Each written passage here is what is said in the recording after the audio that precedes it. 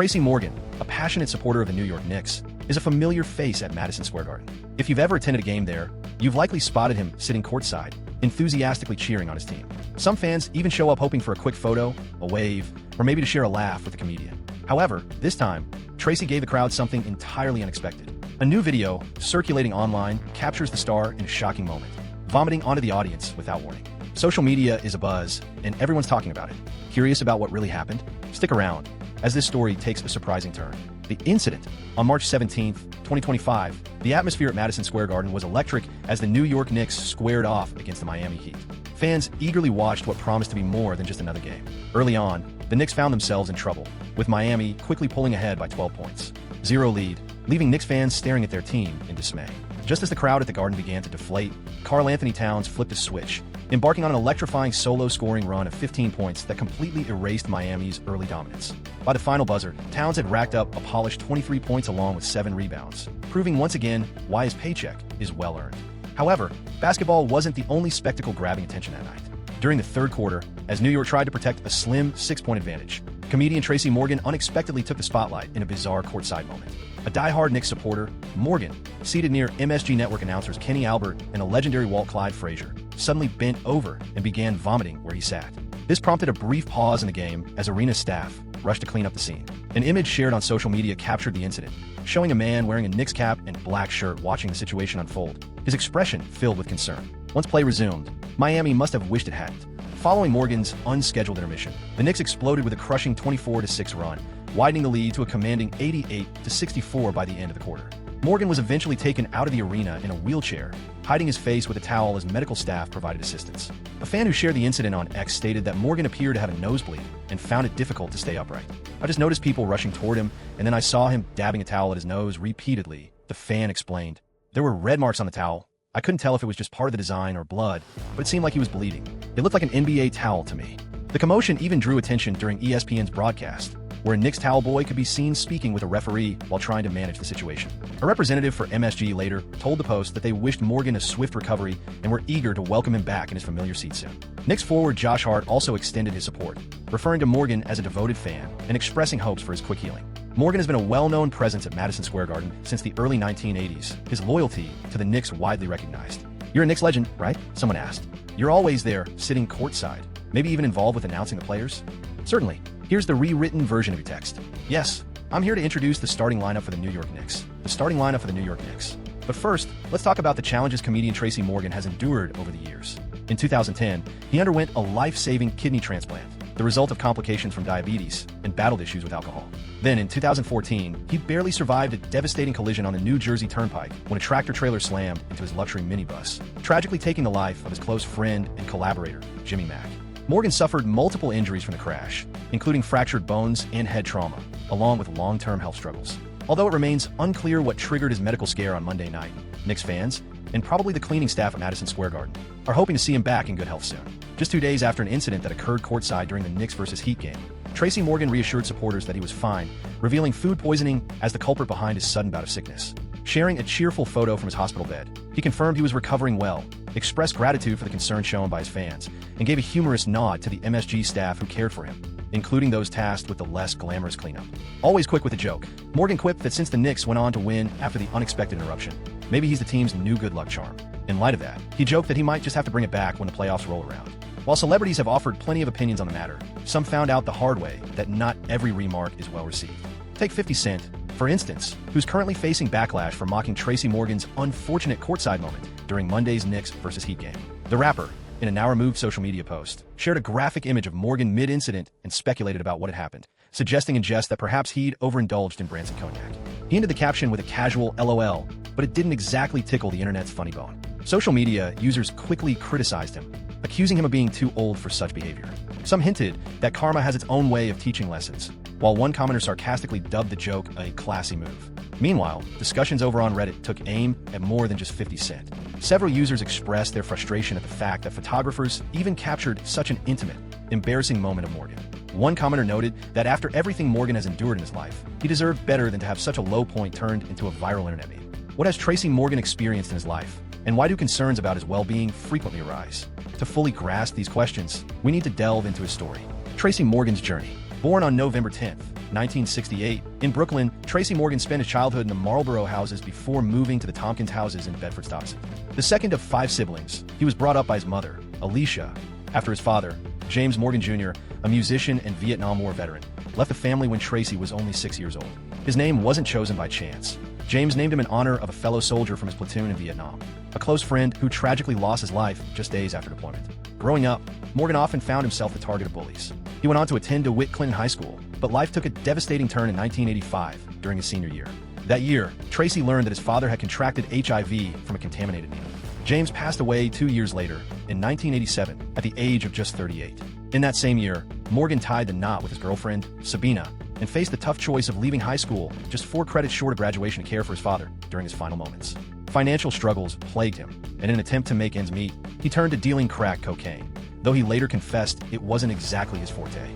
Comedy, however, eventually became his escape, though not without challenges. When his closest friend was tragically killed, Morgan finally heeded the advice his friend had often given him, but that he had previously ignored.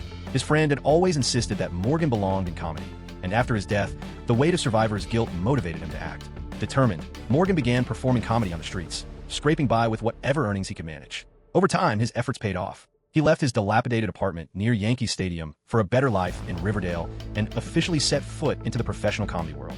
Tracy Morgan's first major television breakthrough came when he appeared as Hustle Man on Martin, portraying a hustler always peddling something straight out of the streets, greeting everyone with his unmistakable charm. What's the story, Chief?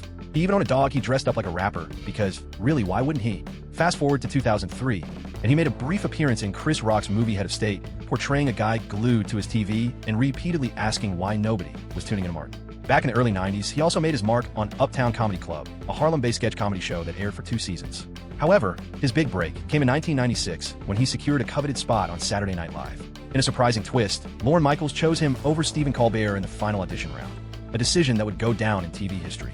During his time on SNL, he brought to life some truly memorable characters, like Woodrow, the eccentric and surprisingly romantic homeless man who performed original love ballads, and Dominican Lou, the opinionated and boisterous custodian. Then there was Brian Fellow, the clueless host of Safari Planet who adored animals but clearly knew nothing about them, and Astronaut Jones, the intrepid space explorer who always ended up flirting shamelessly with alien women. He also nailed impersonations of legends like Dolores, Harry Belafonte, Maya Angelou, and Little Richard. Do you recall the scene where they had him tied up? Yeah. And he said, "Zero Cordelia, son." Tracy Morgan stepped away from the show in 2003, but made several comeback appearances, reviving characters like Brian Fellow and Astronaut Jones for nostalgia's sake. That same year, he debuted The Tracy Morgan Show, although the sitcom was short-lived, canceled after just 1 season. Not long after, he appeared on Punk'd, where he fell victim to a prank involving his car being towed from a valet parking lot, a moment of personal distress hilariously captured on MTV. Then came the game changer, 30 Rock. From 2006 to 2013, Morgan portrayed Tracy Jordan, a wildly exaggerated version of himself, a role that propelled his career to new heights and earned him an Emmy nomination in 2009. Even after the series concluded, he revisited the character during a 2020 reunion special held amid the COVID-19 pandemic. In 2018, he stepped into the spotlight as the star of The Last OG, a comedy on TBS that successfully ran for 4 seasons. However, Morgan's achievements weren't confined to television. He headlined a stand-up special titled One Mic on Comedy Central, was the inaugural host of Spike's Guys' Choice Awards, and lent his distinctive voice to characters like Spoon of Love on Crank Yankers and Louise in the animated film reel. He even ventured into the realm of sports gaming, appearing in advertising campaigns for NFL 2K, NBA 2K, and NHL 2K, sharing the screen with sports stars such as Warren Sapp, Ben Wallace, and Jeremy Roenick. Fans may also remember his colorful portrayal of an eccentric inmate alongside Adam Sandler in The Longest Yard. In 2019, he took the stage as host of the ESPYs. Then, in 2022, his career reached another milestone when he was celebrated by the iconic New York Friars Club with a prestigious Entertainment Icon Award. As the 9th ever recipient and the first black comedian to achieve this honor, Morgan solidified his place in entertainment history. Yet, his career has not been without its lows. On June 3, 2011, during a stand-up performance in Nashville, Tracy faced heavy backlash for delivering homophobic comments, including an unsettling remark about how he would handle it if his son were gay. The response was swift, prompting Morgan to issue an apology where he acknowledged crossing the line. NBC was equally displeased. Bob Greenblatt, the network's head of entertainment, firmly stated they did not condone hatred or violence and expressed satisfaction that Morgan was taking accountability for his actions. At the same time, Tina Fey, who was both his real-life boss and his on-screen one on 30 Rock, didn't mince words. She described his remarks as profoundly troubling, especially in light of the genuine danger posed by homophobic violence. Nevertheless, she defended his character, asserting that the Tracy Morgan she knew wasn't driven by hate, and she hoped his apology would resonate as sincere with the LGBTQ+ colleagues who contributed to his success. After all, without them, he wouldn't have lines to say, costumes to wear, sets to perform on, scene partners to interact with, or even a paycheck to cash. Then there was the issue with his mother. In 2012, Morgan's mom, Alicia Warden, disclosed that she had fallen on hard times financially, having lost her job and facing the possibility of foreclosure. With her home assessed at a modest $28,000, she reached out to her son for financial support. His reaction? He proposed a one-time payment of $2,000, which she turned down. When the story reached the press, Morgan explained his side, stating that he hadn't maintained a close relationship with his mother or sister for over 10 years and preferred to handle personal family matters out of the public eye. But the family discord didn't end there. Following Morgan's nearly fatal accident in 2014, Warden allegedly tried to visit him in the hospital but was blocked by both security and his then-fiancée, Megan Wallover. She did gain access the following day, though only for a brief 5-minute visit while he remained unconscious in a coma. And then came the Bugatti episode. In June 2019, mere moments after acquiring his brand new Bugatti Veyron, Morgan was involved in a minor collision in Manhattan.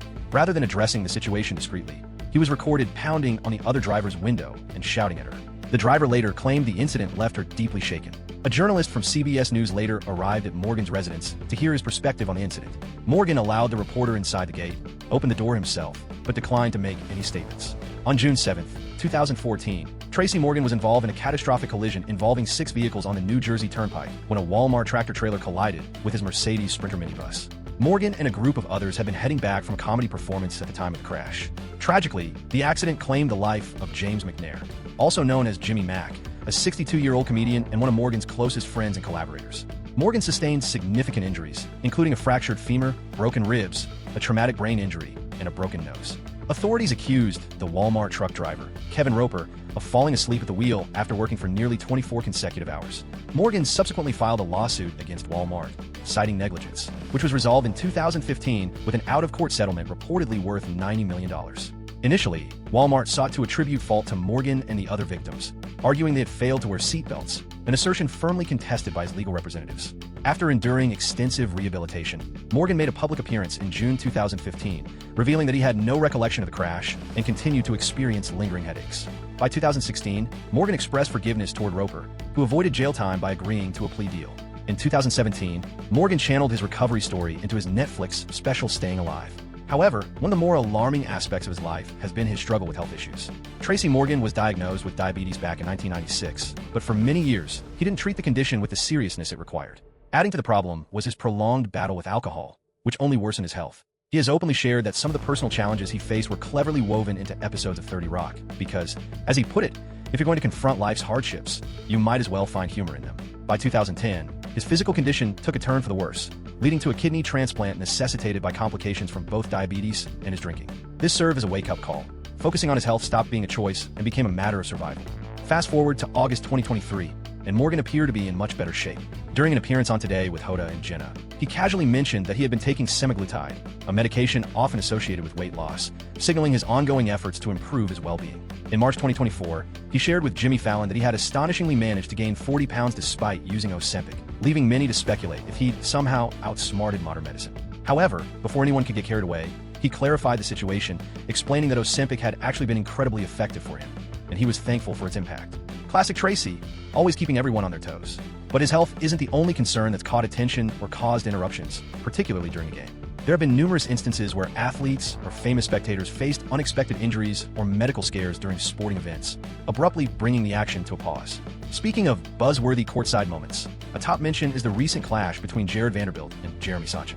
The Los Angeles Lakers have been enduring a grueling schedule, but after finally overcoming a 4-game losing streak with a victory over the Phoenix Suns, they maintained their momentum by decisively defeating the San Antonio Spurs.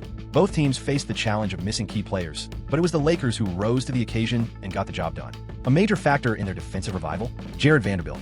Known for his tenacious style of defense and ability to frustrate opponents, Vanderbilt has built a reputation as a fierce competitor, and his latest clash was with Jeremy Sochan. The tension between the two boiled over in the fourth quarter, resulting in both players being ejected. The altercation began when Vanderbilt committed a foul on Sochan.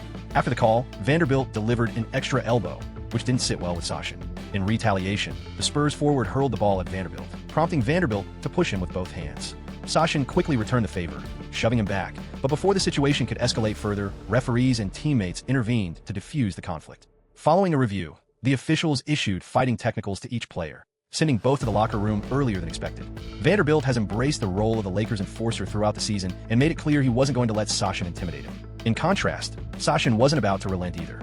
Luckily for the Lakers, Vanderbilt's absence didn't impact the final result, as they already had the game well in hand. However, moving forward, Vanderbilt may need to rein in his emotions. With challenging games against the Denver Nuggets and Milwaukee Bucks just around the corner, his presence on the court will be vital, not sitting out in the locker room. While courtside seats might offer the ultimate view of the action, they're not without their hazards, as Jennifer Hudson discovered in March 2025. Hudson and her boyfriend, Comet, were enjoying a date night at Madison Square Garden, taking in a game between the Knicks and the Warriors. The evening was uneventful until the second quarter, when Knicks guard Miles Deuce McBride chased after a loose ball heading out of bounds. The catch? Both Deuce and the ball were on a direct course toward Hudson's face. Thankfully, Comet acted quickly, stepping in to try to shield her from the incoming ball. Hudson's effort to brush off the incident didn't go as seamlessly as planned, leaving her visibly shaken. However, in a recent episode of The Jennifer Hudson Show, she shared an update with her audience, assuring everyone that she was perfectly fine.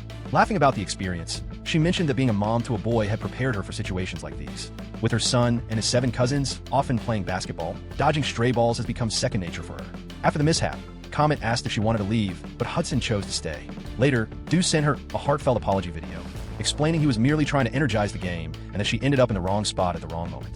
To make amends, he sent flowers to her studio, proving that a beautiful bouquet can be a creative way of saying, "Sorry for almost knocking you out." Luckily, Jennifer escaped the incident without any real injuries.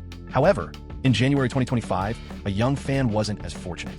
During a Dallas Mavericks game against the Boston Celtics, a boy watching courtside experienced an unexpected and painful moment.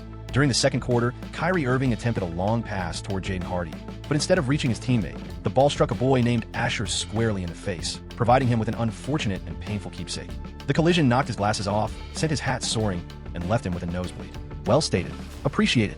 That was a solid effort. Here's the breakdown you're looking for. Did that involve a fan? Seated near the Dallas bench, both teams' players quickly responded to ensure the young fan was all right. His parents, along with Maverick staff, rushed over right away, and players from both sides, including Derek White, Jaylen Brown, and PJ Washington, came to check on him. However, Irving appeared the most concerned. Cameras even captured him leaning in, asking Asher if he was okay, and offering an apology. Even after the unexpected blow, Asher handled it like a pro. He stuffed some tissue in his nose, shrugged it off, and continued rooting for his team with enthusiasm.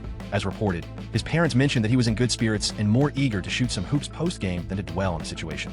Unfortunately, the Mavericks couldn't deliver a victory, losing to the Celtics in a 122-107 matchup. Perhaps the most infamous entry on this list is the chaotic NBA brawl known as the Malice of the Palace. The Indiana Pacers and Detroit Pistons already had a contentious history, stemming from their clash in the previous season's Eastern Conference Finals, where the Pistons emerged victorious and went on to capture their first NBA championship since the glory days of the Bad Boys era. Fast forward to November 19, 2004, and the Pacers were itching for redemption.